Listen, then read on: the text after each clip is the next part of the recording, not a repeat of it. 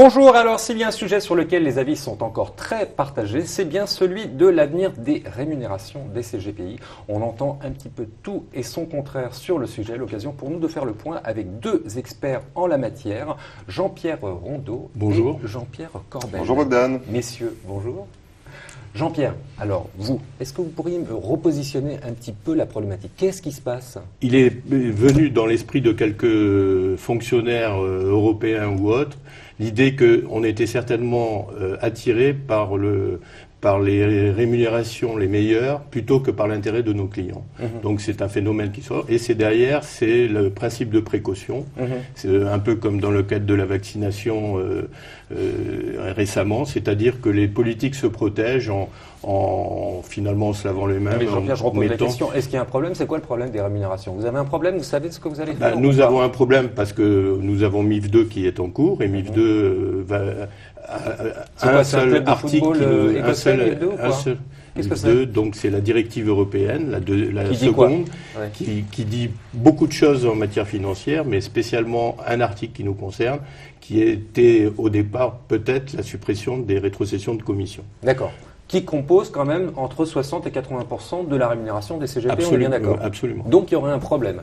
Il y a un gros problème parce que si ça arrivait, on serait mort, ou en tout cas on serait à l'identique des indépendants britanniques, c'est-à-dire qu'on serait ce que j'appelle attaché avec...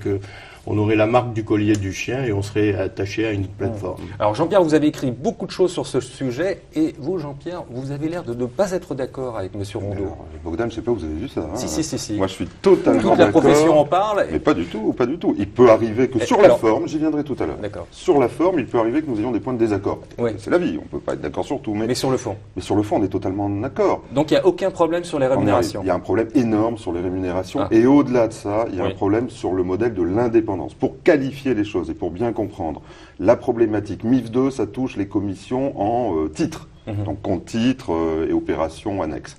Mais c'est une partie très légère de l'activité des CGP. Mais derrière MIF 2, il y a une autre directive, les CGP en entendent beaucoup parler, qui s'appelle DIA et qui est la directive assurance et qui au fond s'est calquée sur MIF 2 et qui va définir ce que seront les commissions, j'allais dire que on ne sait pas, et qui va définir comment. Alors, l'idée aujourd'hui, le premier texte qui nous a fait tous réagir et sur lesquels on est d'accord tous, après sur la forme, non, c'est pas de commission pour les indépendants. C'était le premier texte. Si vous êtes indépendant, pas de commission. Et donc on a tous réagi en disant c'est pas possible, c'est la fin de l'indépendance. Et on nous répondait non, honoraire.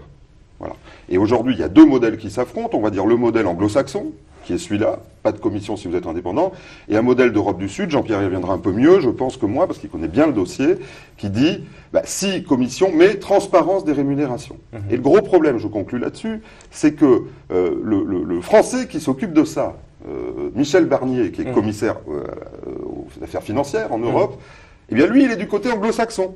C'est-à-dire qu'il dit indépendant, pas de commission. Alors ça brouille un peu le débat, c'est le moins qu'on puisse dire.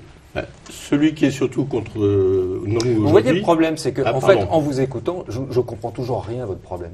Notre problème, il est que... Il suffit qu'on sorte. Nous étions tous les trois à la conférence d'Henri Masleval. J'ai posé la même question à plusieurs CGP, parce qu'il y en avait beaucoup. Il n'y en a pas un seul qui m'a dit la même chose. Et là, vous en parlez... vous en parlez au troisième degré comme si...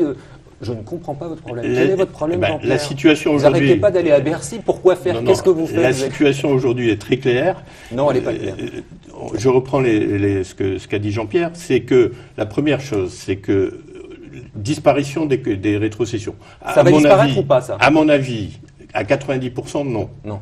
Ça ne va pas disparaître. Par contre, on va devoir dire si on donne un conseil de manière indépendante ou pas indépendante. Si on donne le conseil de manière indépendante, pas le droit de toucher des rétrocessions. Ce ne sera que en honoraire.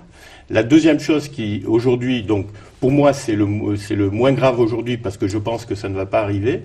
On est défendu par plusieurs pays, on est défendu surtout par tous nos représentants. Oui, mais Jean-Pierre, je vous avais envoyé un texte hier soir, je l'ai reçu, et vous me dites, dans la première partie, j'ai été à Bercy, tout s'est bien passé, ils m'ont bien compris, et ensuite, alors très drôle, mais nous avons une deuxième réunion avec de nouveaux arrivants chez Bercy, qui eux avaient l'air beaucoup moins sûrs d'eux, et qui vous ont dit le contraire. C'est écrit là. Non. Vous lisez mal. Si, c'est la deuxième partie, mais vous m'avez coupé la parole, c'est la deuxième partie. C'est la deuxième partie. Donc c'est réglé ou c'est pas réglé? La première partie, ne peut pas être réglé tant que ça n'a pas été voté, de toute façon. Donc ça, on en saura un peu plus à la fin du mois, normalement. Et ça va prendre du temps derrière, parce qu'après, chaque Parlement européen aura son mot à dire. Si je puis me permettre, c'est plus Permettez-vous, compliqué que monsieur ça. Le 26, on aura le texte définitif qui sera présenté le 26. La veille de Patrimonia, on aura le texte définitif. Moi, je suis forcément, vous savez, je suis un optimiste paranoïaque, donc je suis un peu plus inquiet que Jean-Pierre. Et je pense que le risque, il est au-delà de 10%. Bon. Mais on verra, au fond. C'est pas la peine de faire du catastrophisme, on verra. Si ça arrive, ça sera présenté au Parlement. Et là, on va être devant un modèle économique. A priori, le Parlement votera. Donc, on aura un modèle qui dira fin des commissions. On ne peut pas dire aujourd'hui, on le saura le 26. Si ça arrive, et c'est là que ça va jouer après on verra si ça n'arrive pas. Si ça arrive, il faudra transposer cette directive en droit français. D'accord ? Il faut bien comprendre. Ça demande un peu d'effort, Bogdan, de comprendre ça aussi. Hein. Bon. Excusez-moi. Mais vous êtes là pour m'aider. Et donc, cette transposition aura à définir ce qu'est l'indépendance. Et ça, c'est un vrai sujet aussi. C'est quoi l'indépendance, au fond ? C'est un seul fournisseur, plusieurs. On entend différentes interprétations sur le sujet. Et donc, après le 26, on saura. S'il faut dire ce qu'est l'indépendance, le risque, et Jean-Pierre a très bien écrit là-dessus, c'est que les vautours nous tombent dessus. Alors qui sont ces fameux vautours ? Vas-y. Non, alors je parlais des vautours parce que je parlais d'un banquier qui propose aujourd'hui que les CGPI le rejoignent en masse et il propose de les salarier. Bon, j'ai répondu, je pense que le débat aujourd'hui n'est pas là parce que depuis tout à l'heure, je n'arrive pas à dire quel est le point le plus grave aujourd'hui à mon avis. Dites-le, ça fait donc 6 minutes que vous parlez. 80% de chances que ça arrive ou de malchance que ça arrive, malheureusement, c'est qu'on va nous obliger à donner, avant de la souscription, de donner la somme exacte, le montant exact en euros, et non plus les pourcentages que nous donnons, va nous obliger à les donner aux clients, alors que le client ne demande pas, le client veut savoir combien on touche, et donc on va se retrouver avec les Français sont pas habitués à payer des honoraires et sont pas habitués à payer des frais. Ils ont payé chez l'avocat, chez le notaire. Voilà, mais en finance non, ils nous disent à la BNP je paie pas d'honoraires, à la Société Générale qui ont des services aujourd'hui qui se disent haut de gamme, donc ils n'ont pas ces problèmes-là. Alors, donc ce qu'on vient d'évoquer, deuxième étape. On arrive à regarder les commissions et on aura la transparence. On n'y échappera pas en réalité, Jean-Pierre, évidemment. Enfin, je veux dire, c'est l'un ou l'autre. D'ailleurs, quand on voit les débats, c'est l'un ou l'autre. Donc, on va les avoir. Donc, effectivement, il va falloir s'organiser. Et ça va être très complexe, Jean-Pierre le disait, je suis d'accord avec lui. Il va falloir s'organiser autour de ça. Et puis après, il va falloir les se battre. Parce que s'il y a la transparence, au fond, et il va falloir se poser la question de est-ce qu'on est dans la même transparence dans les autres établissements financiers ? Le vrai sujet, c'est ça. C'est est-ce qu'on est... C'est impossible. C'est impossible parce que même si il faut savoir d'abord que MIF 2, aujourd'hui, ce qu'on va subir, c'est à cause de MIF 1. Et MIF 1, on a été les seuls en France à appliquer... Un club de foot espagnol, MIF 1, c'est ça ? On a été les seuls, la directive 1, si vous voulez. Oui. La directive 1, on a été les seuls en France. Financière. On a été les seuls à l'appliquer, mais on a été les seuls CGPI en Europe à l'appliquer, ce qu'a découvert... C'est pas juste un petit avantage que vous avez envie de vous garder parce que vous êtes très franco-français. Non, parce que c'est notre seul moyen de vivre. C'est le seul moyen de vivre. Qu'est-ce que ça veut dire cette phrase ? Parce que moi je vous lis, Jean-Pierre Rondeau. Nous subirons une forme discriminatoire d'affichage de nos rétrocessions financières brutes. Qu'est-ce que c'est ça ? Si par hasard, si les banquiers ne trichent pas comme ils ont triché pour MIF 1, c'est-à-dire s'ils demandent à leurs commerciaux de dire aux clients combien ils vont toucher. Premier point, d'abord, il y aura une partie qui sera occultée. C'est que les banquiers ont des primes, ont des objectifs, ont des promotions. Les Français le savent. Oui, moi, quand je vais à la banque, nous dirons un prix, alors que on a le Crédit Mutuel qui dit aujourd'hui, nos commerciaux, nos conseillers ne touchent pas de commission, ce qui est faux puisque c'est converti par des primes et par d'autres choses. Mais même s'ils obéissent à cette réglementation, quand le commercial de la banque, le conseiller de la banque dira « je touche tant », c'est du net. C'est du net. Quand nous dirons « nous touchons tant », c'est du brut, parce que derrière, nous avons tous les frais de la société, tout ce qu'il faut en charge, etc., pour donner un conseil. Excuse-moi. Non, En tout cas, aujourd'hui, on va voir. Donc, ce qui va se passer. Maintenant, je crois que c'est joué, en fait. Le lobbying est fini, c'est joué. Non, on se bat encore. Non, mais on se bat, mais Jean-Pierre... Mais c'est gagné ou c'est pas... Je on ne sait pas. Non, mais Bogdan, Jean-Pierre... Parce que vous n'avez pas l'air très inquiet. On a l'impression on est très inquiet. Bon. Et alors, l'idée, c'est quoi ? C'est de dire, c'est une discussion européenne. C'est pas une discussion franco-française. Alors, on a l'impression, dans nos petits débats, là, qu'on va agir à Bercy, tu parles. Bien sûr que la France a son mot à dire, mais en réalité, c'est une discussion européenne. Et MIF, le fameux club de foot, c'est en réalité une directive qui touche toute la finance. Il y a les dark rooms dans la finance, etc. Donc notre problématique, l'article 24 de rémunération, c'est un tout petit sujet. Et des fois, vous savez, en Europe, on fait des échanges. Je te donne ça contre ça. Donc c'est pour ça qu'on ne sait pas, au fond. D'accord. Voilà. Je voudrais juste un mot encore. Et ce que je souhaiterais, moi, vraiment, en tant que... J'écoute les CGP, globalement, avec Club Patrimoine, ils me parlent beaucoup. Ce que je voudrais, et ce qu'on n'a pas réussi à faire, Jean-Pierre, c'est que les associations se mettent d'accord. Le grand reproche qu'on peut faire aux associations aujourd'hui, c'est de ne pas parler d'une seule voix. 4 associations, il y en a 6, mais il y en a 4 qui vont représenter la profession à Bercy. Et dans la presse, dans des lettres ouvertes, on s'échange des petites piques, on est amis, le lendemain on n'est plus amis, etc. Ça, je crois que c'est très mauvais pour la profession et qu'il faut absolument parler d'une seule voix. À l'intérieur, on peut se faire nos petites histoires.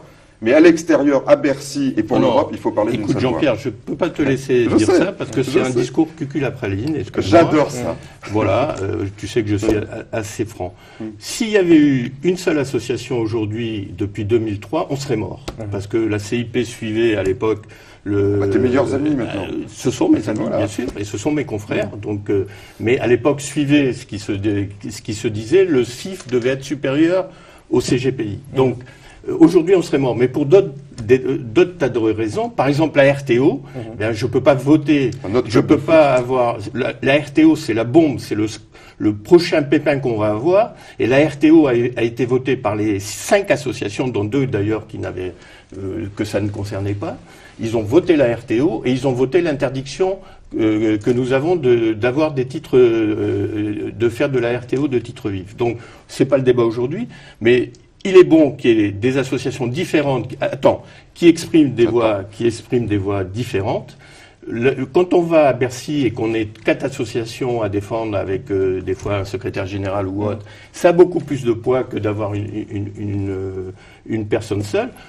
Ce qu'il faudrait, c'est que les associations se mettent d'accord avant. Qu'est-ce que j'ai dit? Non, j'ai parlé d'avoir une seule... Non, j'ai dit il faut que les associations parlent d'une seule voix. Je n'ai pas remis en cause le fait qu'il y ait... Non. De toute façon, il y a plusieurs associations. Voilà. Mais que les associations parlent d'une seule voix, que les présidents d'associations ne fassent pas paraître sur des sites ou dans la presse des avis divergents sur leur posture. Parce que nos autorités nous regardent. Et t'imagines bien... Déjà, tu modifies la réalité.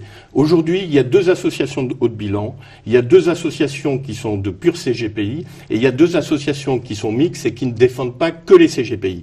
Et donc, à partir du moment où tu as des métiers différents dans le CIF, où tu as des métiers différents, y compris les fabricants de produits dom-tom, etc., qui vont nous poser des problèmes et qui sont les futurs scandales de demain, tu es obligé de défendre le plus petit dénominateur commun. C'est comme ça qu'on a vu, on a été trahi 2 fois quand même au moment de Giscard d'Estaing. Le premier, c'est qu'il y a eu que 2 syndicats, qui est la CIP et nous, qui avons refusé que l'immobilier soit sorti du statut de CGPI. Et la deuxième chose, c'est que quand le sénateur Marini a dit que le métier de CGPI n'existait pas et qu'il suffisait d'être CIF, d'être IOB ou d'être assureur pour se prétendre CGPI, il n'y a que 2 associations qui ont protesté, c'est la CIP et nous. Parce qu'on ne proteste pas quand on a comme adhérents des agences immobilières, on ne proteste pas. Pourquoi? Parce que le plus petit dénominateur commun est là. Voilà. Donc, si je peux dire un mot je ne peux pas adhérer à ce que tu dis. Voilà. C'est dire un mot. C'est tout. Tu peux me laisser dire un mot. Oui, oui. Juste un mot. Je dis juste que ce que souhaite la base et tous les adhérents, quand tu parles de Giscard d'Estaing, c'est pas les autres associations qui vous ont trahi, c'est Giscard d'Estaing qui a présenté lui-même un texte différent de ce qu'il avait annoncé à Pont-Marais. Voilà, c'est vrai. On reprend les écrits et tu verras. C'est vrai, exactement. Je me souviens très bien de Patrice Pont-Marais disant « J'ai été trahi, c'est pas le texte qu'on m'avait montré ». Donc, ça c'est une chose. Mais on est tout petit, on est l'armée mexicaine. Et si on ne fait pas l'effort, tu as le droit à tous les désaccords avec les autres présidents, et ça c'est bien. C'est bon pour le débat, mais il faut s'interdire ces désaccords en affichage, parce qu'on est tellement petit et on a tellement de lobbying en face de nous, que si on commence à se discuter sur les détails, eh bien, le législateur non, mais attends, quand on parle de RTO, c'est pas des détails. Quand on parle, mais le RTO, regarde Bogdan, il sait même pas ce que c'est. Quand on parle du CIF, c'est pas du détail. Attends, c'est des choses qui sont hyper importantes pour nous. Quand on accepte de dire que on est CGPI sans faire l'ensemble des sous-métiers, eh bien, on défend pas la profession, c'est tout. Je suis désolé, c'est comme ça. C'est une posture. C'est comme ça. Et je pense que c'est une chance. Je dis une chance pour la profession d'avoir des points de vue différents qui s'expriment et qui s'expriment devant tout le monde. Quand on va hier, on était devant Bercy, on était les 4 associations, on était tous d'accord. Et donc, ça s'est très bien passé. C'est merveilleux. Mais tu peux pas, Jean-Pierre, dire je représente avec, qu'importe le nombre d'adhérents, toute la profession. Le législateur a donné des associations, ça changera. J'ai jamais prétendu, j'ai dit que c'était bon qu'il y ait 6 associations, 4 associations. Ça changera peut-être demain, le haut de bilan. C'est le législateur qui l'a imposé. Qu'est-ce que tu veux y faire? Bon. Voilà, donc il y a des associations. Mais ce qu'attend la base et ce qu'attendent les CGPI français, c'est que leurs représentants parlent d'une seule voix. Ils souffrent en ce moment, et ils m'en parlent, du fait qu'on voit des divergences dans les postures, et ils attendent une chose, c'est qu'on représente de manière unifiée, tant vis-à-vis du législateur que vis-à-vis des fournisseurs. Parce que, autre débat, c'est que si demain, on ne pouvait plus avoir d'indépendance, et on en parlait tout à l'heure, eh bien forcément, un certain nombre de gens vont se rapprocher de nous en disant « mais vous pouvez être indépendant, mais chez nous tout seul ». Les plateformes qui diront, au fond, vous pouvez tout faire chez nous, devenez au fond des réseaux, comme ça existe en Italie, les promotories, comme ça existe en Allemagne. Et s'il y a ces textes en Europe, c'est pas un hasard, c'est que ça existe déjà ailleurs de manière massive, c'est-à-dire des gens indépendants dans leur rémunération, c'est-à-dire qui prennent le risque au fond, mais qui ne sont pas indépendants dans le choix du produit. Et là aussi, c'est la vision Europe du Nord, au fond, de la chose. Donc attention, on a une défense à avoir, et en tant que syndicat, d'ailleurs c'est un vrai sujet sur les associations, est-ce qu'on est ordre ou syndicat? Je me pose toujours la question, c'est une question qu'on peut te poser, mais est-ce qu'on nous représente bien, tant au niveau des autorités que face aux fournisseurs qui aussi regardent ça en disant, on verra bien. Nous sommes syndicats. D'accord. Messieurs, merci beaucoup pour ce bon moment passé ensemble. Et j'ai un tout petit peu compris de quoi il s'agissait maintenant. Tout petit peu. Merci Bogdan. Quant à moi, il ne me reste plus qu'à vous remercier et à vous donner rendez-vous très vite.